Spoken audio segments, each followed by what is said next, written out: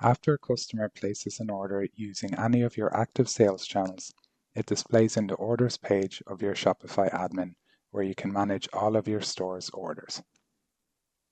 In the Orders page, you can view all of your metrics, such as total orders, ordered items over time, returns, fulfilled orders over time, delivered orders over time, and time to fulfill. To view details about an individual order, click the order number that you want to view. From here, you can view the detailed order timeline, edit the order, and add notes for customers and staff. After your customer places an order, you need to prepare and deliver the items in it. This process is referred to as order fulfillment.